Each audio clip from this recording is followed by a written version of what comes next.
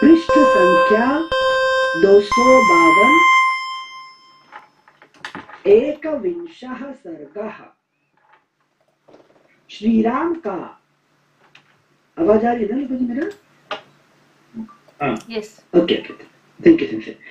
श्रीराम का समुद्र के तट पर कुशा बिछाकर 3 दिनों तक धरना देने पर भी समुद्र के दर्शन न देने से कुपित हो उसे बाण मारकर विक्षुब्ध कर देना। तदनंतर श्री रघुनाथ जी समुद्र के तट पर कुशा बिछा महासागर के समक्ष हाथ जोड़ पूर्वाभिमुख हो वहां लेट गए। उस समय शत्रुसूदन श्री राम ने सर्प के शरीर की भांति कोमल और वनवास के पहले सोने के बने हुए सुंदर आभूषणों से सदा विभूषित रहने वाली अपनी एक दाहिनी बाह को तकिया बना रखा था।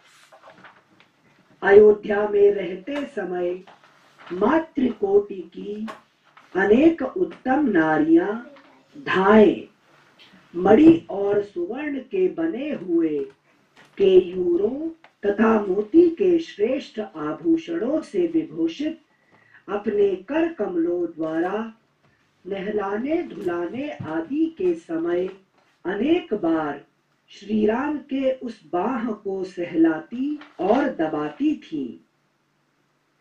पहले चंदन और अगुरु से उस बाह की सेवा होती थी। प्रातः काल के सूर्य की सी कांति वाले लाल चंदन उसकी शोभा बढ़ाते थे।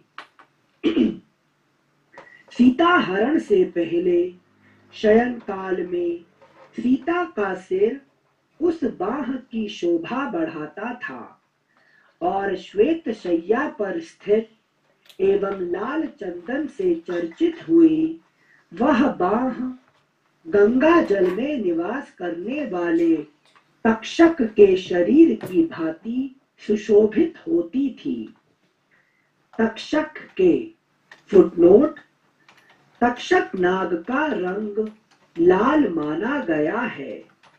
देखिए महाभारत आदि पर्व 44:2-3। युद्ध स्थल में जुए के समान वह विशाल भुजा शत्रुओं का शोक बढ़ाने वाली और सुहृदों को दीर्घ काल तक आनंदित करने वाली थी। समुद्र पर्यंत अखंड भूमंडल की रक्षा का भार उनकी उस भुजा पर प्रतिष्ठित था। बाईं ओर को बारंबार बाण चलाने के कारण प्रत्यंचा के आघात से जिसकी त्वचा पर रगड़ पड़ गई थी, जो विशाल परिघ के समान सुदृढ़ एवं बलिष्ठ थी तथा जिसके द्वारा उन्होंने सहस्रों गवों का दान किया था, उस विशाल दाहिनी भुजा का तकिया लगाकर उदारता आदि गुणों से युक्त महाबाहु श्री राम आज या तो मैं समुद्र के पार जाऊंगा या मेरे द्वारा समुद्र का संहार होगा, ऐसा निश्चय करके मौन हो मन वाणी और शरीर को संयम में रखकर महासागर को अनुकूल करने के उद्देश्य से विधि पूर्वक धरना देते हुए उस कुशासन पर सो गए।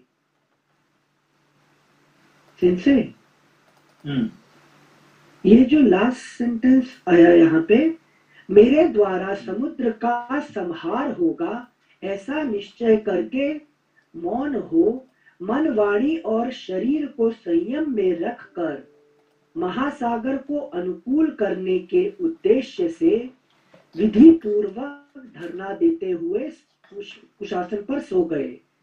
तो यहाँ पर समुद्र का मतलब आदि भौतिक में समझ में आया कि पार करके सीता जी के पास जाना है।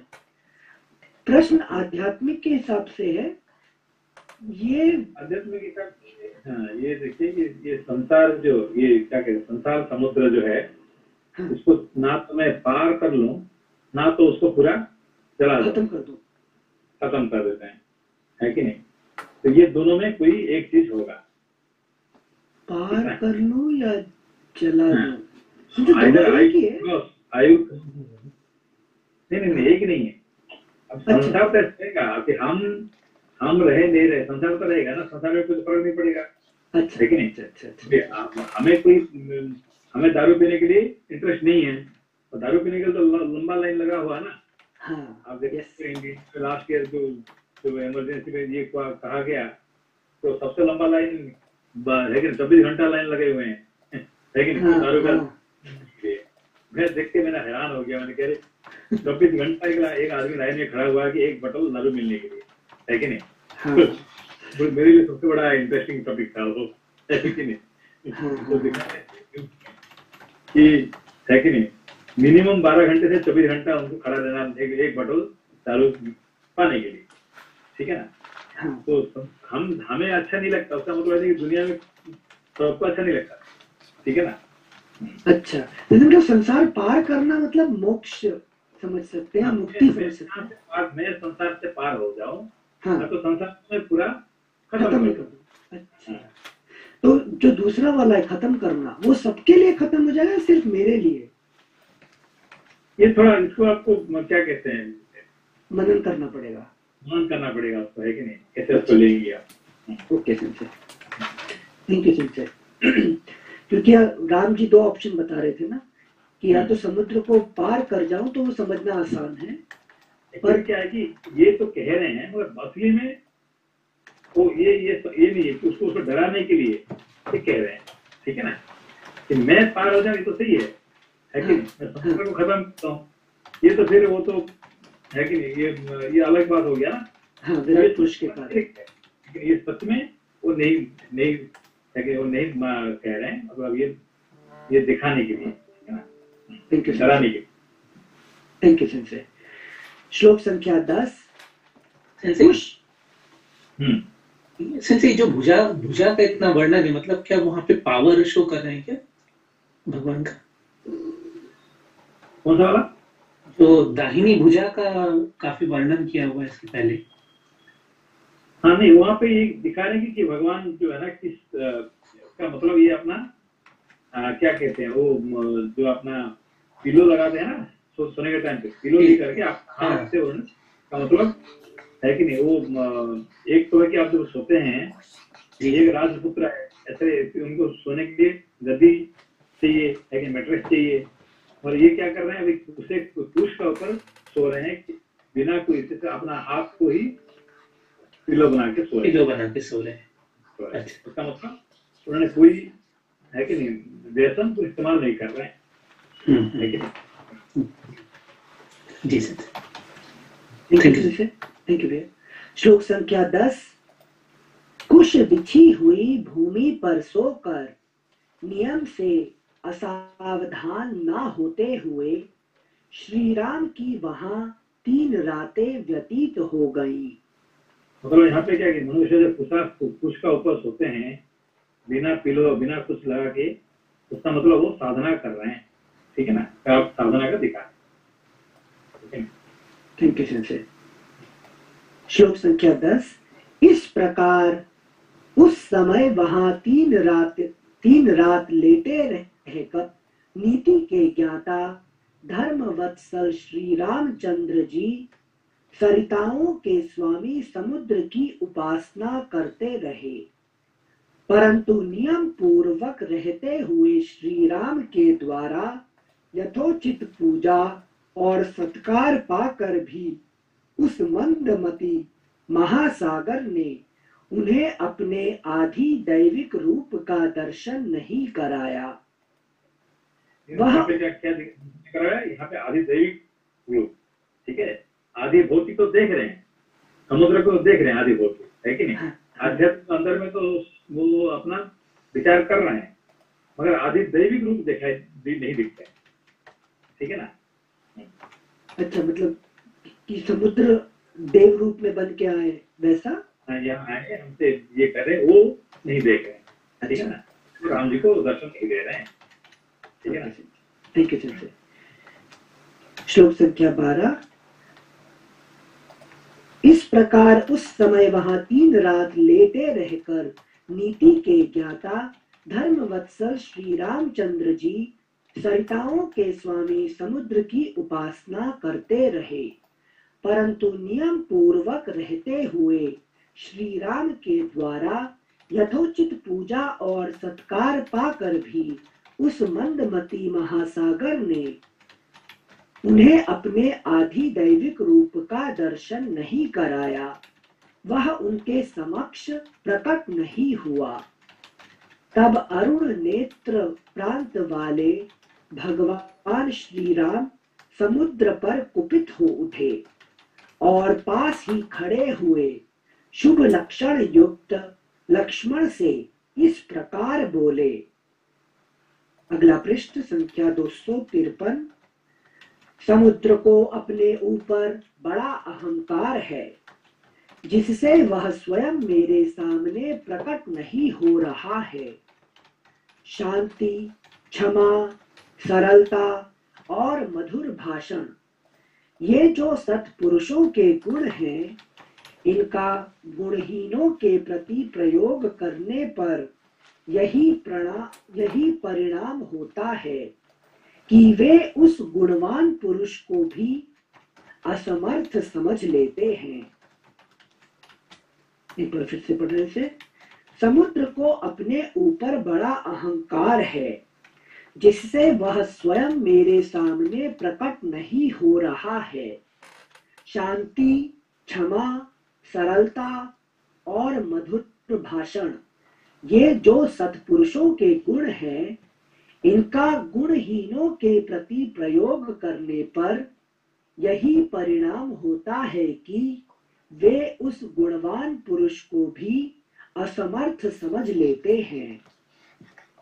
जो अपनी दया दिखाने से मूल लोग क्या समझते यार, ये तो दुर्बल है, कमजोर है कि नहीं, तो वो उल्टा समझते हैं कभी कभी, है कि नहीं।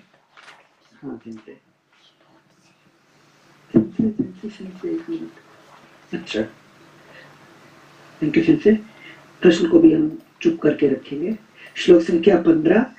जो अपनी प्रशंसा करने वाला, दुष्ट, धृष्ट, सर्वत्र धावा करने वाला और अच्छे बुरे सभी लोगों पर कठोर दंड का प्रयोग करने वाला होता है, उस मनुष्य का सब लोग सत्कार करते हैं। लक्ष्मण, साम। Can you read one more time this sentence, Sonilashma? Thank you शिष्या जी।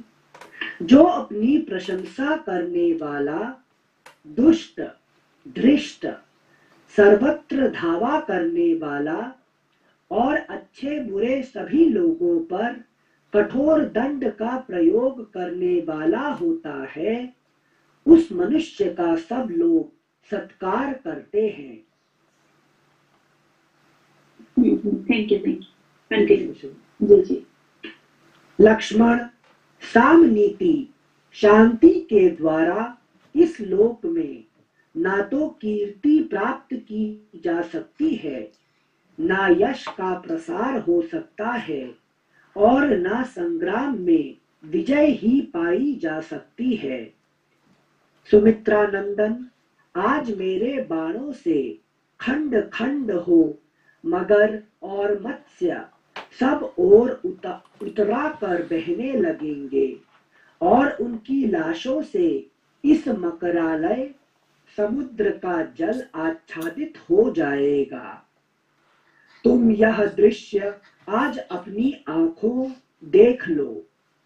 लक्ष्मण, तुम देखो कि मैं यहाँ जल में रहने वाले सर्पों के शरीर, मत्स्यों के विशाल कलेवर और जल हस्तियों के शुंड दंड के किस तरह टुकड़े टुकड़े कर डालता हूँ। आज महान युद्ध ठान कर शंखों, और सीपियों के समुदाय तथा मत्स्यों और मगरों सहित समुद्र को मैं अभी सुखाए देता हूँ। मगरों का निवास भूत यह समुद्र मुझे क्षमा से युक्त देख असमर्थ समझने लगा है। ऐसे मूर्खों के प्रति की गई क्षमा को धिक्कार है। सुमित्रानंदन, साम नीति का आश्रय लेने से यह समुद्र मेरे सामने अपना रूप नहीं प्रकट कर रहा है। इसलिए धनुष तथा विषधर सर्पों के समान भयंकर बाण ले आओ। मैं समुद्र को सुखा डालूंगा, फिर वानर लोग यहाँ पे जो भगवान ये समुद्र को सुखाने की बात कर रहे हैं, तो कृष्णावतार में भी इनको जो समुद्र पे बनाना पड़ा था, अपनी द्वारका जो बनाई थी, उसका कोई संबंध है क्या? हाँ, क्योंकि वो तो कृष्णावतार रामावतार दोनों ने ही है कि नहीं, क्योंकि वहां पे द्वारिका बनाए थे, है कि नहीं। तो क्योंकि यहाँ जो हुआ था पहले से समझ लिया समुद्र ने, वहां पे उनको पहले से उनको बता दिया, है कि नहीं। वहाँ उनको कैसे कैसे द्वारका बनाना है, क्या ये करना, ये पहले से उन्होंने। यहाँ पे भी उसको बताएगा ना कि कैसे करने से तुम समुद्र पार कर सकते हैं। मैं अपने तरफ से कुछ नहीं कर सकता हूँ, समुद्र कहेगा मैं अपना तरफ से आपको रास्ता नहीं दे सकता हूँ, मगर आप बता सकता हूँ कैसे आप जा सकते हैं, है कि नहीं। यहाँ पे देखिए, यहाँ पे तो क्या कहते हैं, जो क्रिश्चियनिटी नहीं है, क्या बोलते हैं, उससे पहले मोजेस जाता है, क्या है समुद्र क्या करता है कि रास्ता पूरा दे देता है, रास्ता खोल देता है और रास्ता समुद्र के अंदर चल के जाते हैं। ये उल्टा हो जाता है। यहाँ पे राम जी को कहता है कि नहीं, समुद्र अपना सीमा लंघन नहीं कर सकता, ये काम समुद्र कभी नहीं करेगा, लेकिन क्योंकि वो भगवान से ऐसे बना हुआ है। मगर मैं आपको रास्ता बता सकता हूँ कैसे आप उसको पूर्ण मान के आप जा सकते हैं। ये यहाँ पे प्रैक्टिकल बात कर रहे हैं। जी सर, थैंक यू सर।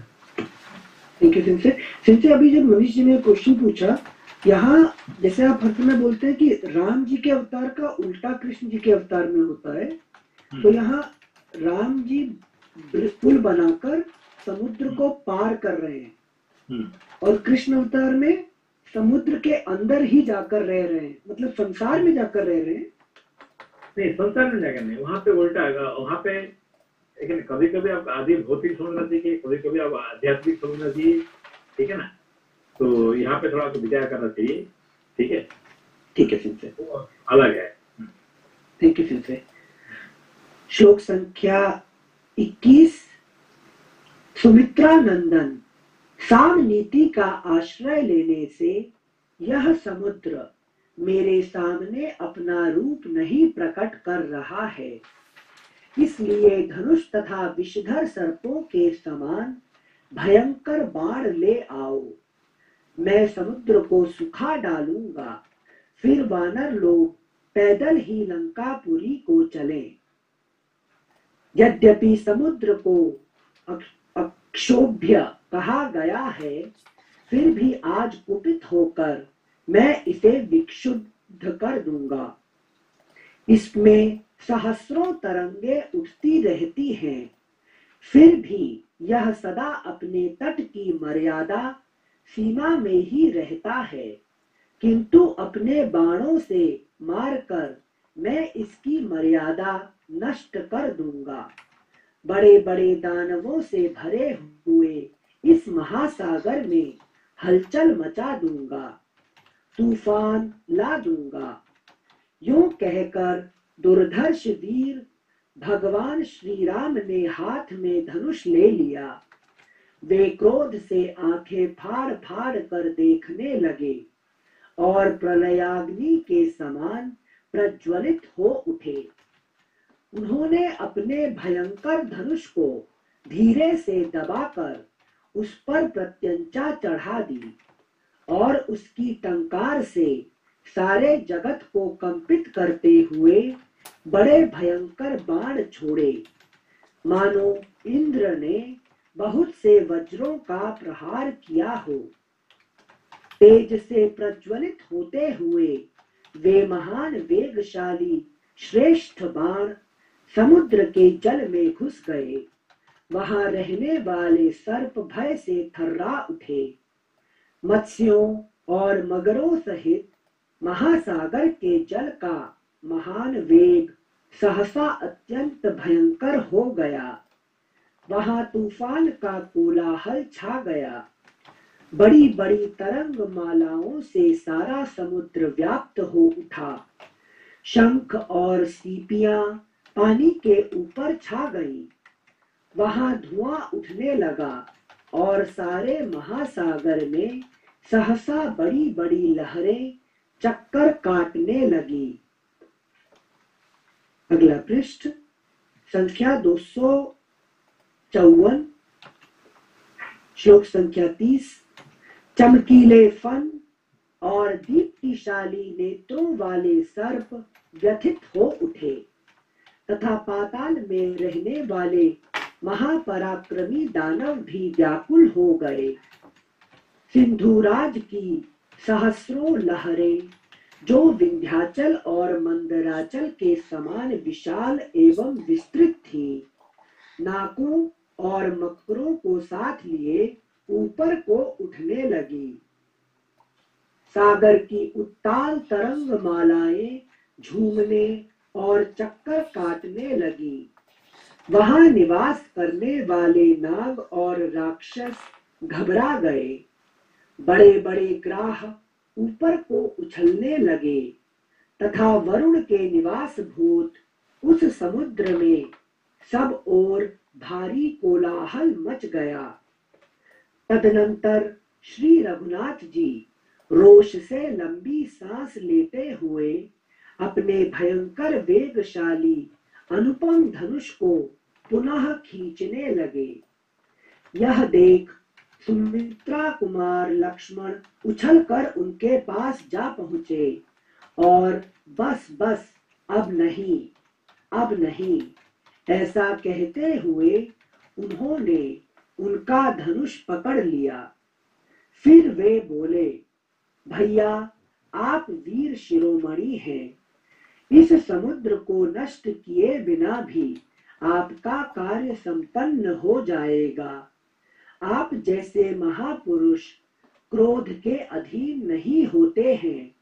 अब आप सुदीर्घ काल तक उपयोग में लाए जाने वाले किसी अच्छे उपाय पर दृष्टि डालें। कोई दूसरी उत्तम युक्ति सोचें। इसी समय अंतरिक्ष में अव्यक्त रूप से स्थित महर्षियों और देवर्षियों ने भी हाय यह तो बड़े कष्ट की बात है ऐसा कहते हुए अब नहीं कहकर बड़े जोर से कोलाहल किया। इस प्रकार श्री वाल्मीकि निर्मित आर्ष रामायण आदि काव्य के युद्ध कांड में 21वां सर्ग पूरा हुआ। द्वाविंशः सर्गः। समुद्र की सलाह के अनुसार नल के द्वारा सागर पर 100 योजन लंबे पुल का निर्माण तथा उसके द्वारा श्री राम आदि सहित वानर सेना का उस पार पहुंचकर पड़ाव डालना। नल जानते हैं ना कौन? नल और नील अश्विनी। नल है विश्वकर्मा का बेटा है। विश्वकर्मा का बेटा होने के कारण से कोई बना सकता है कि नहीं? और कोई नहीं बना सकता है। ये पुल जो है से बांधने के लिए नल ही कर सकता है और कोई नहीं कर सकता। अच्छा थैंक यू। नल नील पेयर में आते हैं ना, दोनों साथ में? दोनों नहीं वो अलग है। चलिए फर्स्ट टाइम ये नल जो है ना, विश्वकर्मा का बेटा होने के कारण से यही ये काम कर सकता है और कोई नहीं कर सकता। क्योंकि विश्वकर्मा ही दुनिया को बना सकता है, संसार को। ऐसे ही ये पुल को बांधने वाला वही विश्वकर्मा का बेटा ही कर सकता है। ठीक है ना? Thank you. श्लोक संख्या 1। तब रघुकुल तिलक श्री राम ने समुद्र से कठोर शब्दों में कहा, महासागर, आज मैं पाताल सहित तुझे सुखा डालूंगा। सागर मेरे जो कहानी में होता है ना, क्या है कि वो एक पत्थर में क्या कहते हैं, रा लिखेगा और दूसरा माँ लिखेगा, कहानी लेकिन ये सब ये विश्वकर्मा का बेटा होने के कारण से ये सारे काम ये अकेला कर सकता है, उसका पास ये बल है, ठीक है ना।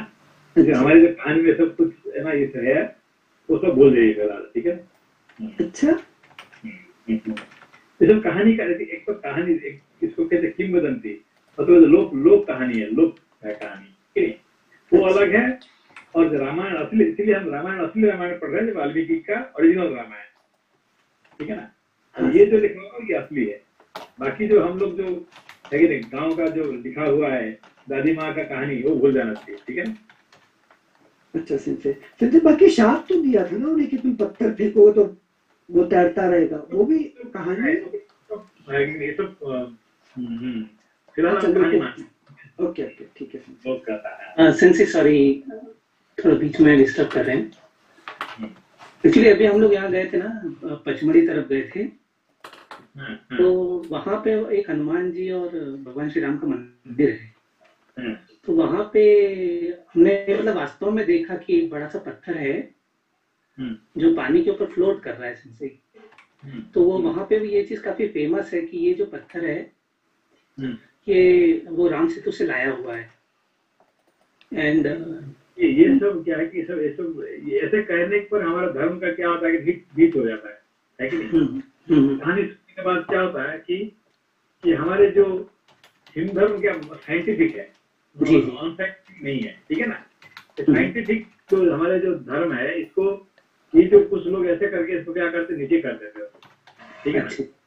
तो वो जो क्या कहते हैं, जो वल्कनों से निकलता है, जो लावा बोलते हैं ना उसको, वो पानी में ऐसे तैरता है कि पत्थर जैसे होते हुए भी, जैसे आपको क्या साइंटिफिक रूल्स है ना, क्या है जो डेंसिटी के हिसाब से, हाँ जैसे डेंसिटी के हिसाब से, जैसे आपने देखे कि इतना बड़ा जहाज है कि डूब नहीं रहा है और छोटे से पत्थर डूब जाता है, ठीक है ना। छोटे से 10 ग्राम का पत्थर ढेला जो है डूब जाता है, और 100 टन जहाज वो डूबता है। जी ये सब अलग उसका जो है ना साइंटिफिक जो है ना, वो ऐसा देखेंगे तो ये सब क्या है कि वो एक कहानी में डूब जाता है कि नहीं। मगर आज भी नासा देखा है कि जो ये बनाया हुआ था, कौन सा जो सुबंध बना हुआ था, आज भी है, तो आज भी है, पत्थर जैसे ही नीचे ऊपर तो खत्म हो गया होगा ना, है कि नहीं।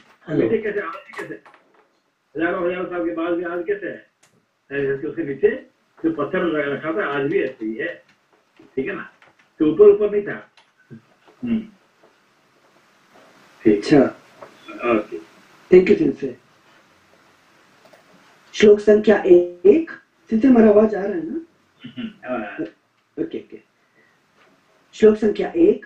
तब रघुकुल तिलक श्री राम ने समुद्र से कठोर शब्दों में कहा, महासागर, आज मैं पाताल सहित तुझे सुखा डालूंगा।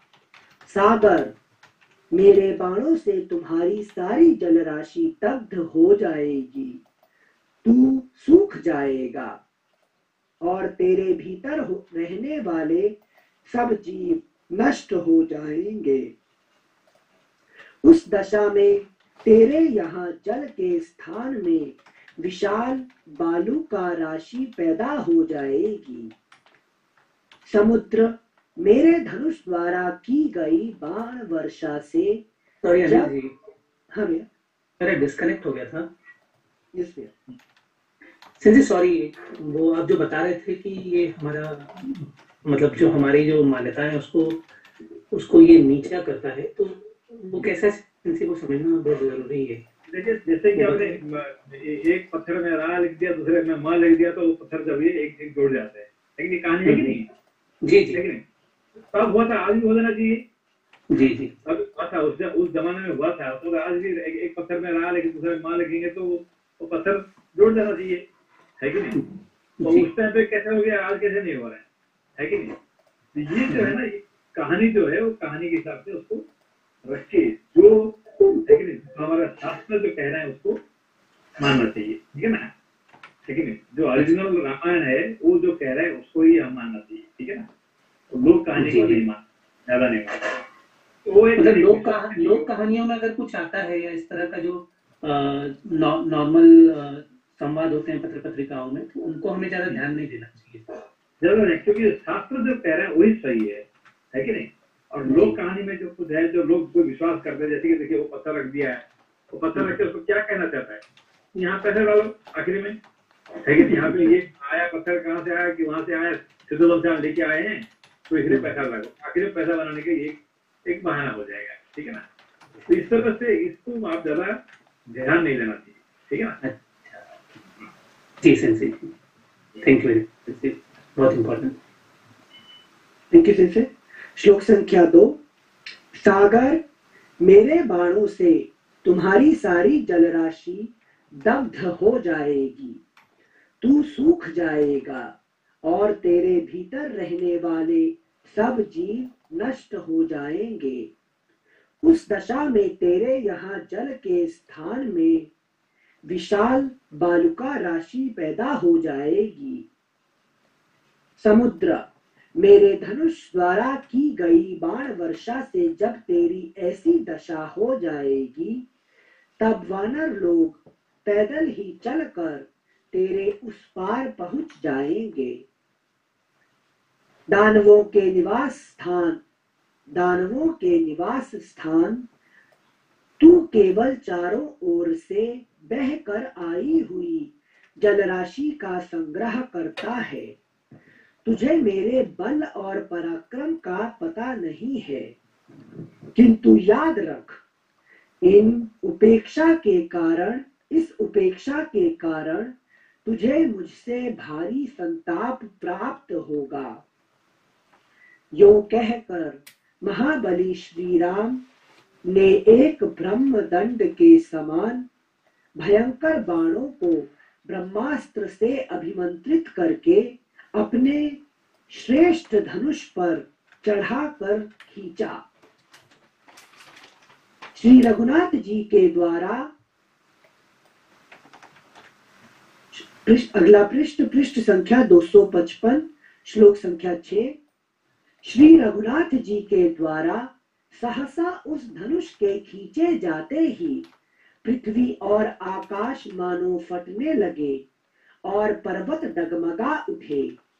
सारे संसार में अंधकार छा गया, किसी को दिशाओं का ज्ञान न रहा। सरिताओं और सरोवरों में तत्काल हलचल पैदा हो गई। चंद्रमा और सूर्य नक्षत्रों के साथ तिर्यक गति से चलने लगे। सूर्य की किरणों से प्रकाशित होने पर भी आकाश में अंधकार छा गया। उस समय आकाश में सैकड़ों उल्काएं प्रज्वलित होकर गड़गड़ाहट के साथ वज्रपात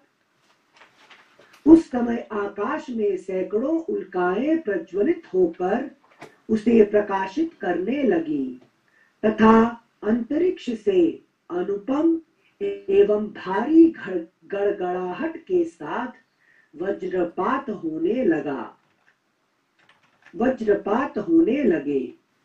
परिवाह आदि वायु भेदों का समूह बड़े वेग से बहने लगा। वह मेघों की घटा को उड़ाता हुआ बारंबार वृक्षों को तोड़ने, बड़े बड़े पर्वतों से टकराने तथा उनके शिखरों को खंडित करके गिराने लगा। आकाश में महान वेगशाली विशाल वज्र भारी गड़गड़ाहट के साथ टकराकर उस समय वैद्युत अग्नि की वर्षा करने लगे। जो प्राणी दिखाई दे रहे थे और जो नहीं दिखाई देते थे, वे सब बिजली की कड़क के समान भयंकर शब्द करने लगे। वे सब बिजली की कड़क के समान भयंकर शब्द करने लगे। उनमें से कितने ही अभिभूत होकर धराशायी हो गए, कितने ही भयभीत और उद्विग्न हो उठे, कोई व्यथा से व्याकुल हो गए और कितने ही भय के मारे जड़वत हो गए। समुद्र अपने भीतर रहने वाले प्राणियों, तरंगों, सर्पों और राक्षसों सहित सहसा भयानक वेग से युक्त हो गया और प्रलय काल के बिना ही तीव्र गति से अपनी मर्यादा लांघ कर एक एक योजन आगे बढ़ गया।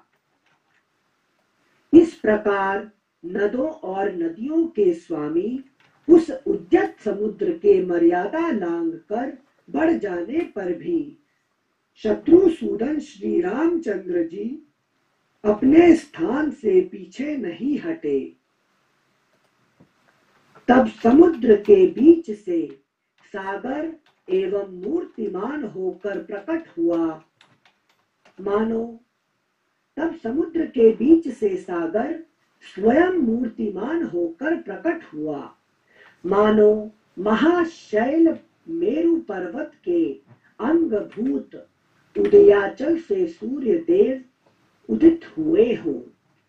सॉरी, एक क्वेश्चन है। जैसे यहाँ पे नद और नदी बोले हैं, तो नदी मतलब स्त्रीलिंग हुआ। सो मैं अभी तक सोचती थी नदी हमेशा स्त्रीलिंग ही होती है, पर यहाँ कुछ को पुल्लिंग हिसाब से कहा जाता है, कुछ को स्त्रीलिंग हिसाब से कहा जाता है कि नहीं? तो मतलब ज्यादातर के जो है ना वो स्त्रीलिंग होते हैं ज्यादातर के, जैसे गंगा, यमुना, सरस्वती, गोदावरी जो इकारांत वाले होते हैं ना, ये सब क्या स्त्रीलिंग है क्या? इकारांत और आकारांत, ठीक है। मगर जैसे कुछ क्या कहते हैं, सतलुज, हाँ सतलेज और ब्यास है कि नहीं? कुछ नदियां हैं जो कि उसको आकारांत जो होते हैं वो होते हैं कि वो नद कहा जाता है, वो नदी नहीं है। सतलेज, ब्यास और क्या कुछ नदी जो है वो पुल्लिंग हिसाब से वो कम होते, ज्यादातर के नदी जो है ना वो स्त्रीलिंग है। जी जी, thank you sir. Thank you Shiksha ji. श्लोक संख्या 16। मर्यादा लांघ कर बढ़ जाने पर भी शत्रुसूदन श्री रामचंद्र जी अपने स्थान से पीछे नहीं हटे।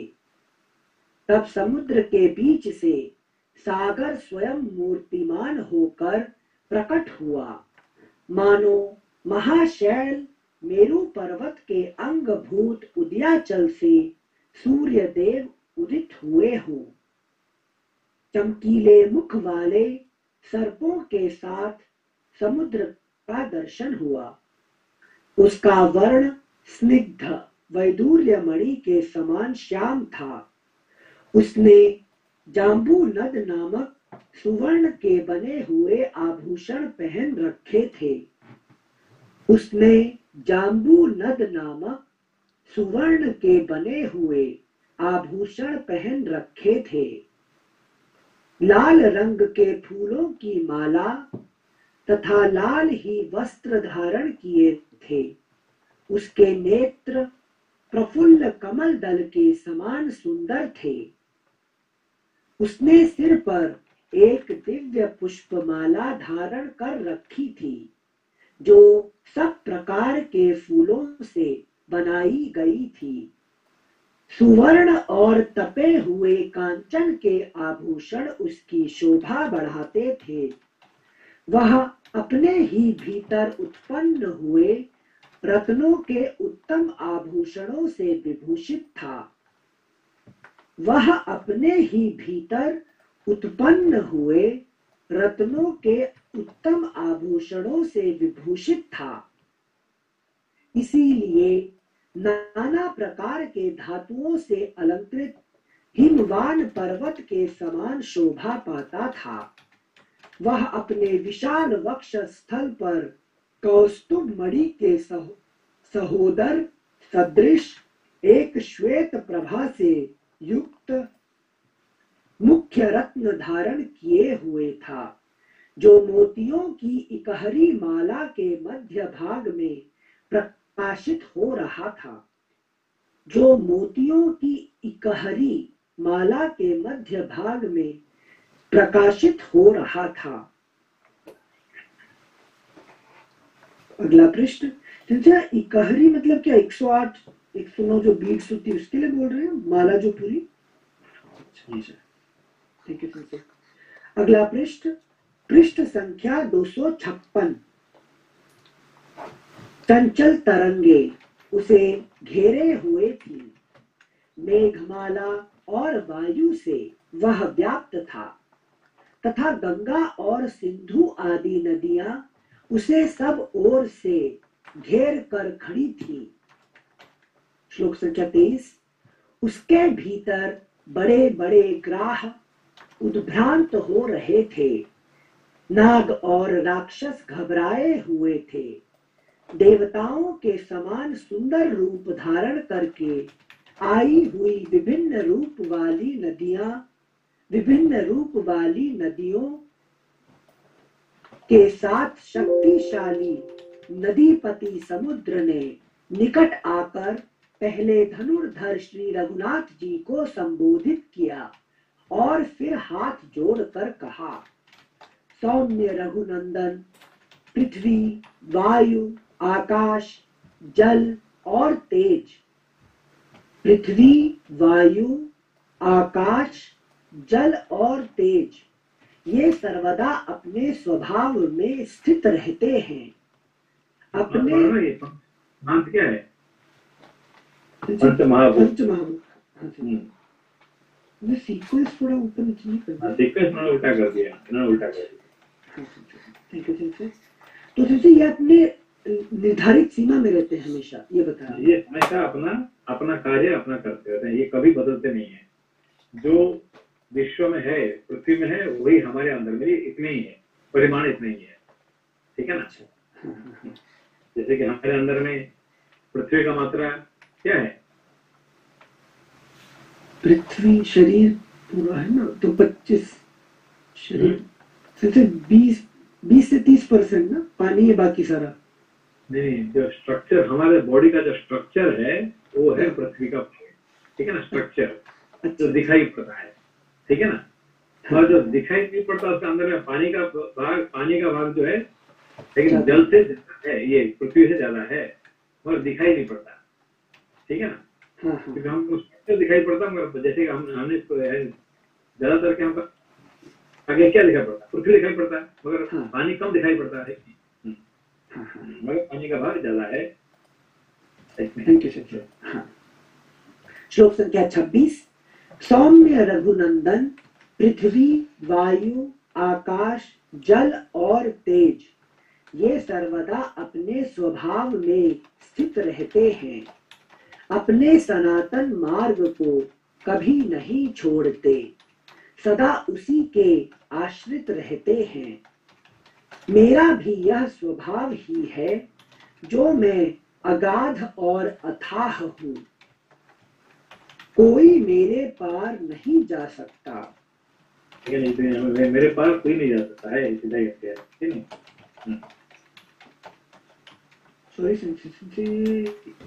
समुद्र का ऊपर कोई पार नहीं कर सकता, रास्ता नहीं देंगे, है कि नहीं? ठीक है। श्लोक संख्या 27। मेरा भी यह स्वभाव ही है, जो मैं अगाध और अथाह हूँ, कोई मेरे पार नहीं जा सकता। यदि मेरी थाह मिल जाए तो यह विकार मेरे स्वभाव का व्यतिक्रम ही होगा। यदि मेरी थाह मिल जाए तो यह विकार मेरे स्वभाव का व्यतिक्रम ही होगा। तो मतलब बेसिकली समुद्र की कोई थाह नहीं है, पर अगर मिल जाए तो ये मेरे नेचर के अगेंस्ट हो जाएगा। चल जाएगा ना, क्योंकि ये समुद्र और एक तालाब में फर्क क्या है? छोटा सा पानी का एक आपने एक रखा हुआ है, तो फर्क क्या है? समुद्र जो है ना था नहीं रहेगा, वो हमेशा वो है कि नहीं, वो अथाह रहता है, ठीक है ना। वो अगाध समुद्र क्या है? डीप, ठीक है ना। उसको डीप कहते हैं अगाध, ठीक है ना। तो पूरा बहुत डीप रहता है, कितने पानी है उसका समुद्र के अंदर में आपको पता ही नहीं चलेगा, ठीक है। ये समुद्र का नेचर है, ठीक है ना।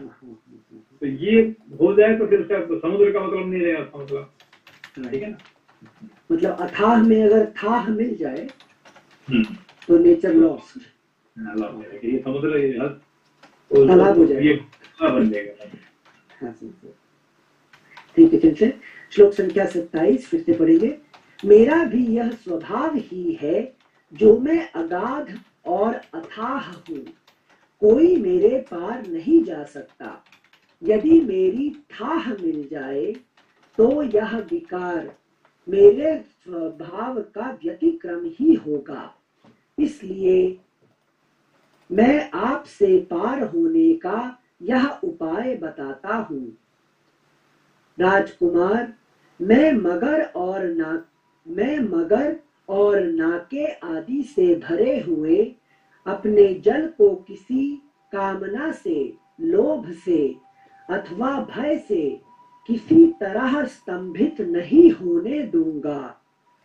श्री राम, मैं ऐसा उपाय बताऊंगा जिससे आप मेरे पार चले जाएंगे। ग्राहक पार आप जा सकते हैं, और मैं आपको ऐसा नहीं दूंगा, ठीक है ना। Don't expect that I will give you the way, but I will help you, I will tell you the way how you can go, ठीक है ना। अच्छा अच्छा अच्छा अच्छा। अब ये क्योंकि राम जी हमें जगह मिल जाना चाहिए कि हमें जगह हो कि हम अपना ऊपर जा सकते हैं, ये मैं नहीं करूंगा, ठीक है ना। अच्छा, हाँ हाँ हाँ। थोड़ी देर पहले आप मोसेस का एग्जांपल जो दिए थे, उनके लिए समुद्र रास्ता, मतलब जो उनका फिलोसफी है जो भी, तो रास्ता ऊपर वो ऐसा कर देते, मिराकिल दिखाते हैं कि समुद्र को दो भाग कर देते हैं कि हाँ, समुद्र दो हो जाता है और रास्ते में चल के जाते हैं, ठीक है हाँ ना। हाँ हाँ हाँ। ये बेकार की ये चमत्कारी दिखाने के लिए वो नहीं करते हैं यहाँ पे, ठीक है। अच्छा अच्छा अच्छा अच्छा। मतलब हर नेचर का जितना सीमा निर्धारित है वो उतने में ही रहता है, कभी भी वो नहीं करेगा, ठीक है ना। Thank you sensei. मतलब कंप्लीट डिफरेंस है टोटल फिलोसफी में, एक डिफरेंस में है, यही है, ठीक है। Thank you sensei. श्लोक संख्या 29। श्री राम, मैं ऐसा उपाय नमस्ते सेंसे वो थोड़ा फिलोसॉफिकल ये समझ में नहीं आया, वो मतलब मार्ग देते समय। हाँ, नहीं यहाँ पे एक तो पहले आप ये समझ लें कि जो आदि भौतिक हिसाब से है कि नहीं, तो वो समुद्र कहते हैं कि don't expect that I will give you the way that you will walk on me, it is not possible. पानी का ऊपर कोई चल नहीं सकता है, ठीक है ना, पानी का ऊपर चल नहीं सकते हैं। और दूसरी बात है, मैं आपको दोनों तरफ से पानी को है कि नहीं खाली कर दूं और तुम मेरे सूखे इसको चले जाओगे, ये भी तो संभव नहीं है कि नहीं, ये भी संभव नहीं है कि नहीं। तो मगर मैं आपको ऐसा रास्ता बताऊंगी कि जैसे आपने मेरे ऊपर पुल बांध के आप जा सकते हैं, लेकिन पानी का ऊपर bridge and you can walk, लेकिन वो कि जैसे कि आज भी एक जापान में भी देखिए पूरा समुद्र में, जैसे कि यहाँ पे बहुत बड़ा पुल बना हुआ है अभी मतलब जापान में ये भी है कि नहीं।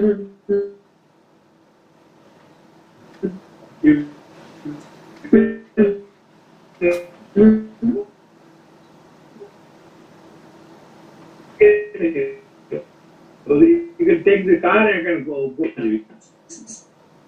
समझ गई, हाँ, थैंक यू। श्लोक संख्या 28। श्लोक संख्या 29। श्री राम, मैं ऐसा उपाय बताऊंगा जिससे आप मेरे पार चले जाएंगे। ग्राह वानरों को कष्ट नहीं देंगे, सारी सेना पार उतर जाएगी और मुझे भी खेद नहीं होगा। जो पानी के अंदर में है कौन है, जो क्रोकोडाइल वगैरह हुए हैं, जो बड़े बड़े शार्क है, ये वानरों को कष्ट नहीं देंगे, लेकिन वो रहेंगे पानी में रहेंगे, मगर वो लेकिन जाके ऊपर से चढ़ के इनको कष्ट नहीं देंगे, ये गारंटी दे रहे हैं, ठीक है ना।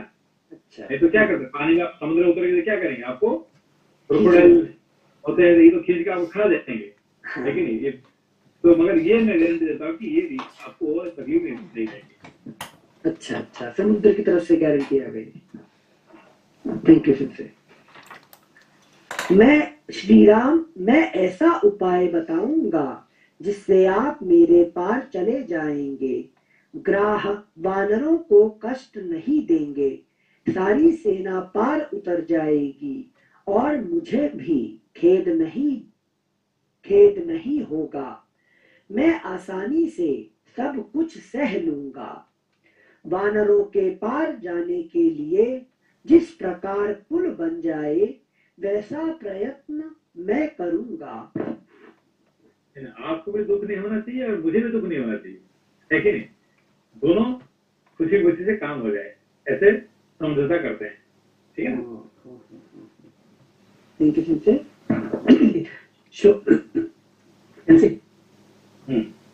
अब मतलब सिंसी अभी ये समझना चाहिए कि अगर even though through technology and science, even though humans are creating anything, that still needs support from all the deities, like जैसे पुल वगैरह बना दिया समुद्र पे, लेकिन जब तक डेटीज का सपोर्ट नहीं होगा तो ये चीज संभव नहीं हो पाती। संभव नहीं, क्योंकि आपको ये सारी जो कि आदि दैविक है, लेकिन देवताओं का आपको सपोर्ट चाहिए, नहीं तो क्या होगा, आप बना तो देंगे मगर उसको फिर कुछ ना कुछ है कि नहीं, वो टूट जाएगा, ठीक है ना। जी जी, thank you sir. Thank you sir. श्लोक संख्या 30। तब श्री रामचंद्र जी ने उससे कहा, वरुणालय मेरी बात सुनो, मेरा यह विशाल बाण अमोघ है, बताओ इसे किस स्थान पर छोड़ा जाए। श्री रामचंद्र, राम बाण जो है ना, ये राम बाण अमोघ होता है, लेकिन एक बार उन्होंने उठा दिया तो उसका मतलब तो कहीं ना कहीं छोड़ना पड़ता है कि नहीं। वो दोबारा अंदर में नहीं भर सकते हैं, टूने के अंदर, ठीक है ना। अभी मैं तो निकाल दिया, आप मुझे बताओ कि कहाँ उसको लक्ष्य क्या है कि नहीं। याद है ना, और कहाँ राम जी किए थे आप, मतलब परशुराम जी के लोग को तो मैंने उसको निकाल दिया, उसका मतलब उसको इस्तेमाल करना पड़ेगा, है कि नहीं। चाहे अच्छी जगह पे कि बुरी जगह पे, है कि नहीं, और इसको इस्तेमाल करना ही पड़ेगा। हाँ सर। और ये रामबाण मतलब ज्ञान बाण के लिए बोलते हैं ना, ज्ञान की बाण, ठीक है ना। श्लोक संख्या 30। तब श्री रामचंद्र जी ने उससे कहा, वरुणालय मेरी बात सुनो, मेरा यह विशाल बाण अमोघ है, बताओ इसे किस स्थान पर छोड़ा जाए। श्री रामचंद्र जी का यह वचन सुनकर और उस महान बाण को देखकर महातेजस्वी महासागर ने रघुनाथ जी से कहा, प्रभो, जैसे जगत में आप सर्वत्र विख्यात एवं पुण्यात्मा हैं, उसी प्रकार मेरे उत्तर की ओर द्रुमकुल्य नाम से विख्यात एक बड़ा ही पवित्र देश है। द्रुमकुल्य नाम से विख्यात एक बड़ा ही पवित्र देश है। वहां आभीर आदि जातियों के बहुत से मनुष्य निवास करते हैं, जिनके रूप और कर्म बड़े ही भयानक हैं। वे सब के सब पापी और लुटेरे हैं। वे लोग मेरा जल पीते हैं। उन पापाचारियों का स्पर्श मुझे प्राप्त होता रहता है। इस पाप को मैं नहीं सह सकता। श्री राम, आप अपने इस उत्तम बाण को वही सफल कीजिए। महामना समुद्र का यह वचन सुनकर सागर के दिखाए अनुसार उसी देश में श्री रामचंद्र जी ने वह अत्यंत प्रज्वलित बाण छोड़ दिया। वह वज्र और अशनी के समान तेजस्वी बाण जिस स्थान पर गिरा था, वह स्थान उस बाण के कारण ही पृथ्वी में दुर्गम मरुभूमि के नाम से प्रसिद्ध हुआ। उस बाण से पीड़ित होकर उस समय वसुधा आर्तनाद कर उठी। उसकी चोट से जो छेद हुआ उसमें होकर रसातल का जल ऊपर को उछलने लगा। वह छिद्र कुएं के समान हो गया और व्रण के नाम से प्रसिद्ध हुआ। उस कुएं से सदा निकलता हुआ जल समुद्र के जल की भांति ही दिखाई देता था। उस कुएं से सदा निकलता हुआ जल समुद्र के जल की भांति ही दिखाई देता है। अगला पृष्ठ सिंसे जो 38 में बोल रहे हैं सिंसे,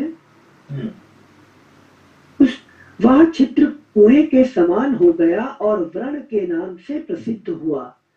उस कुएं से सदा निकलता हुआ जल समुद्र के जल की भांति ही दिखाई देता था।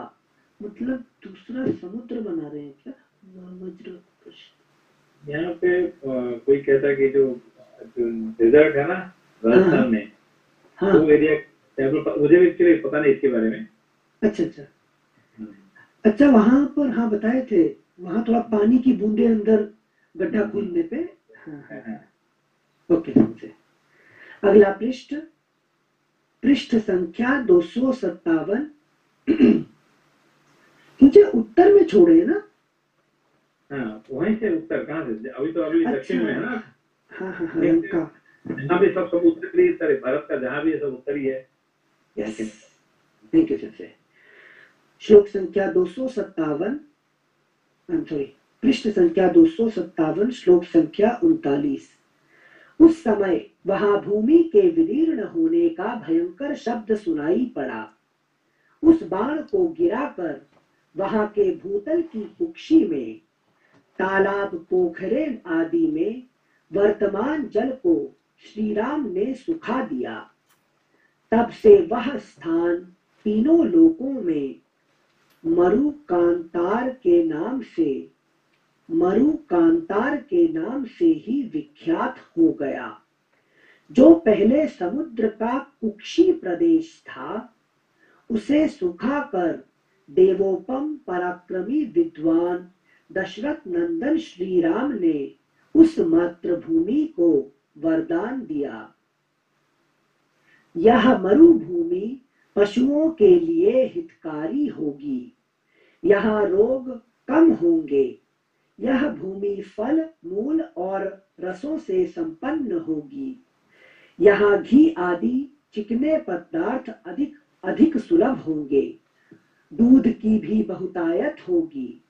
यहाँ सुगंध छाई रहेगी और अनेक प्रकार की औषधियां उत्पन्न होंगी। इस प्रकार भगवान श्री राम के वरदान से वह मरु प्रदेश इस तरह के बहुसंख्यक गुणों से संपन्न हो सबके लिए मंगलकारी मार्ग बन गया। उस कुक्षी स्थान के दग्ध हो जाने पर सरिताओं के स्वामी समुद्र ने संपूर्ण शास्त्रों के ज्ञाता श्री रघुनाथ जी से कहा। श्लोक संख्या 45। मरुभूमि या मरुस्थल हुआ क्या? ऐसे एक्चुअली मुझे भी इतने ज्ञान नहीं। बाद में हमने मरुकांतार बाद में देख लीजिए, कुछ पता चलेगा तो उसके बारे में। कैसे मरुकांतार ये है कि नहीं, एक कुक्षी प्रदेश, इसके बारे में थोड़ा देखिए, कहीं कुछ मिलेगा तो। श्लोक संख्या 45।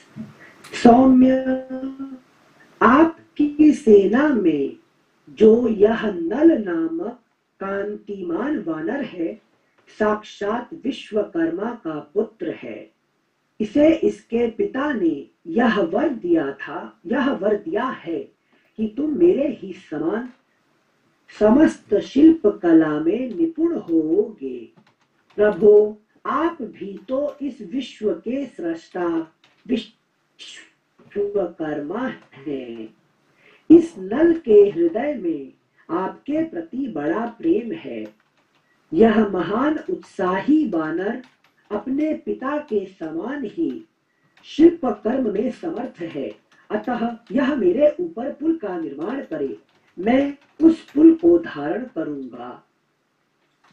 अगला पृष्ठ, अगला श्लोक, श्लोक संख्या 47। यो कहकर समुद्र अदृश्य हो गया। तब वानर श्रेष्ठ नल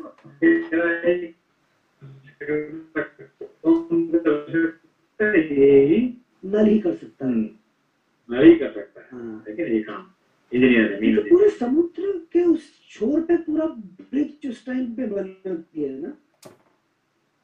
पूरा मतलब अभी ऐसा हिंदुस्तान से लेके यो कहकर सबसे पहला इंजीनियर हुए नल जी हमारे सॉरी से जापान में हम लोग काफी देखते हैं कि शकुनिन जो शिल्प कर्म में काफी उनका बहुत अच्छा हाथ रहता है ना, जैसे हर एक ट्रेडिशनल क्राफ्ट में वो बहुत ही कुशल है।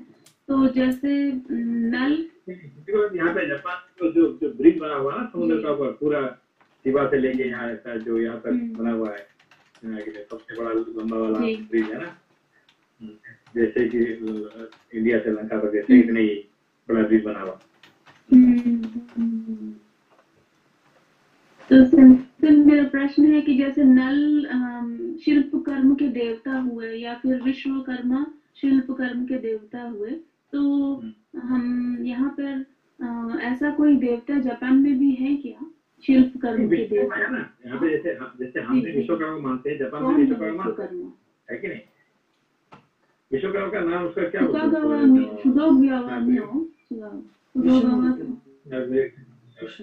विश्वमंतन तो वो हो गए कुबेर जी, वो तो वार का पे ढूंढेंगे, ठीक है, कोई बात नहीं, आगे ढूंढेंगे, ठीक है। सब कुछ जो हमारे वेद में जो है सारे जापान में ऐसे ही है कि नहीं? पर नाम बदला हुआ है मगर सारे वही है। Thank you. श्लोक संख्या 47। यो कहकर समुद्र अदृश्य हो गया। तब वानर श्रेष्ठ नल उठकर महाबली भगवान श्री राम से बोला, प्रभो, मैं पिता की दी हुई शक्ति को पाकर इस विस्तृत समुद्र पर सेतु का निर्माण करूंगा। महासागर ने एक चीज यहाँ पे समझनी थी कि समुद्र देती हैं ये पहले तो ये पूरी तरह से मना कर दे, मेरा जो स्वभाव है वो उसे मैं छोड़ नहीं सकता। और फिर जब ये बनेगा, जो ये ब्रिज बनेगा, then I will support as per my power, मतलब मैं इसे धारण करूंगा करके कहा है उन्होंने। तो मतलब मैं उसको तोड़ने नहीं रहता, क्योंकि समुद्र का पावर है, कभी तक पुल को तोड़ सकता है कि नहीं? मगर मैं आपको गारंटी दे रहा हूँ कि ये आप पुल बनाओ और मैं आपको उसको सपोर्ट करूंगा। कि कैसे सपोर्ट करूंगा? कि ऐसे कि इसको तोड़े नहीं है। दूसरी बात है कि वो उसको उसका ऊपर जाके वानर को प्रबल नहीं खड़ा नहीं करे, ये सब मैं आपको सपोर्ट करूंगा, ठीक है ना? अच्छा। तो सेंसी यहाँ पे कि जो डेटीज हैं, जैसे अभी समुद्र डेटी है, तो ये बिना अपना स्वभाव छोड़े भी कुछ कर सकते हैं। मतलब इसमें जो देवता होते हैं बिना उनका स्वभाव छोड़े हुए हैं, वो हेल्प कर सकते हैं। जैसे कि वायु देवता का पावर कितना है कि तूफान करके, साइक्लोन करके, टोर्नेडो करके पूरा वो है कि नहीं, तो सबको उड़ा सकते हैं। मगर वो इतने करते नहीं है कि जब भी उनको कुछ करना हो तो कर लेते हैं, मगर ज्यादा नहीं करते हैं, है कि नहीं? तो ऐसे ही नदी भी हमें ऐसे उजाड़े तो पूरा हमको उड़ा के उसके ले लेगी, मगर वो नहीं करते हैं। समुद्र भी सुनामी से ऐसे कर सकते हैं, मगर नहीं कर रहे हैं, ठीक है नहीं? तो यही करके आई विल हेल्प यू, ठीक है ना? जी थैंक यू सर। श्लोक संख्या 49। संसार में पुरुष के लिए अकृतज्ञों के प्रति दंड नीति का प्रयोग ही सबसे बड़ा अर्थ साधक है, ऐसा मेरा विश्वास होता है। वैसे वैसे लोगों के प्रति क्षमा, सांत्वना और दान नीति के प्रयोग को धिक्कार है। इस भयानक समुद्र को राजा सगर के पुत्रों ने ही बढ़ाया है, फिर भी इसने कृतज्ञता से नहीं, दंड के भय से ही सेतु कर्म देखने की इच्छा मन में लाकर श्री रघुनाथ जी को अपनी थाह दी है।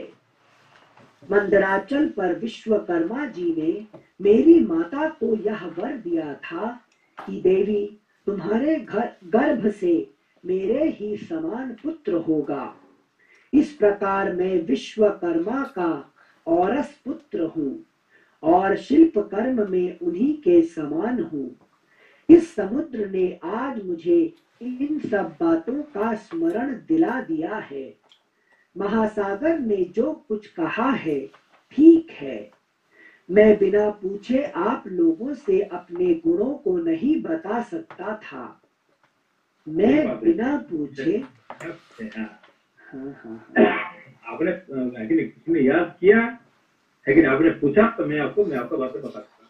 पहले मैं नहीं कर सका, ठीक है ना? अच्छा, ठीक है। मैं बिना पूछे आप लोगों से अपने गुणों को नहीं बता सकता था, इसीलिए अब तक चुप था। मैं महासागर पर पुल बांधने में समर्थ हूँ, अतः सब वानर आज ही पुल बांधने का कार्य आरंभ कर दें। तब भगवान श्री राम के भेजने से लाखों बड़े बड़े वानर हर्ष और उत्साह में भरकर सब ओर उछलते हुए गए और बड़े बड़े जंगलों में घुस गए।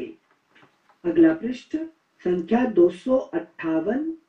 वे पर्वत के समान विशालकाय वानर शिरोमणि पर्वत शिखरों और वृक्षों को तोड़ देते और उन्हें समुद्र तक खींच लाते थे। वे टाइम हो गया। प्रणाम चलते। नमस्ते। प्रणाम। नमस्ते सर।